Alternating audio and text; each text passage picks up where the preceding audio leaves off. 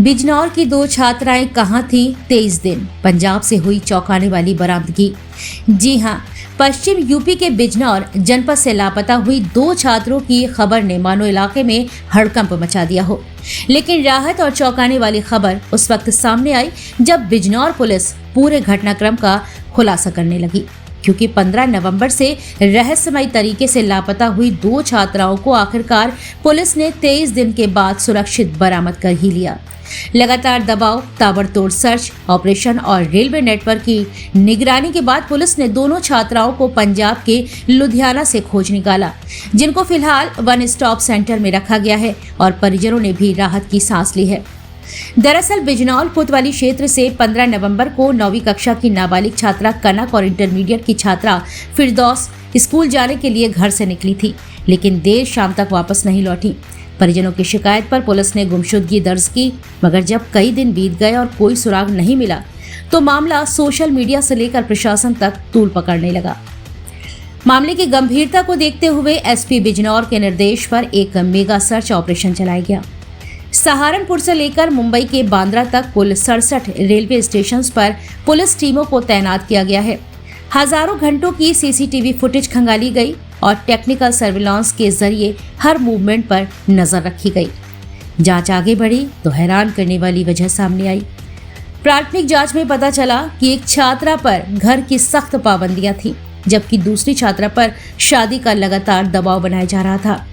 इन्हीं हालातों से परेशान होकर दोनों छात्राएं घर से निकल पड़ी और कई शहरों में भटकते हुए आखिरकार पंजाब के लुधियाना पहुंची।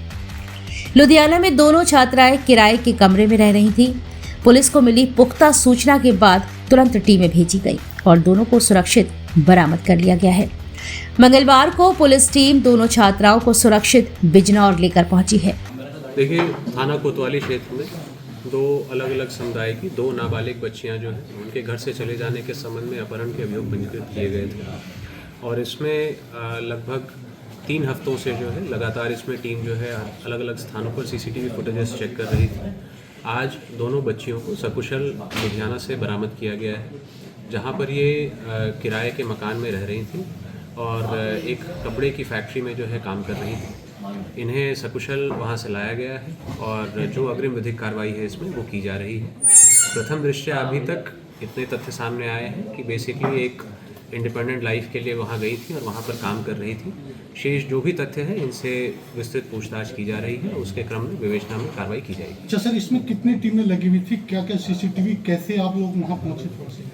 देखिए, ये काफ़ी लगातार इसमें सीसीटीवी के थ्रू जो है ट्रैक हो रहा था, जो मूवमेंट हुआ था यहाँ से सहारनपुर से फिर बांद्रा की ट्रेन में जो है जाते हुए ये लोग सूरत उतर गए थे, वहाँ से फिर अजमेर की ट्रेन में बैठकर रतलाम उतर गए थे, वहाँ से इवेंचुअली फिर ये जम्मू की ट्रेन में बैठकर लुधियाना उतर गए थे। तो इसमें फॉर एग्जांपल सहारनपुर से लेकर बांद्रा के बीच में लगभग 66 रेलवे स्टेशंस थे, तो उस समय काफ़ी ज़्यादा संख्या में टीमें लगानी पड़ी थी, लगभग 28-30 टीमें, जिससे कि सभी रेलवे स्टेशंस की फुटेजेस प्रॉपरली समय रहते जो है चेक की जा सकें।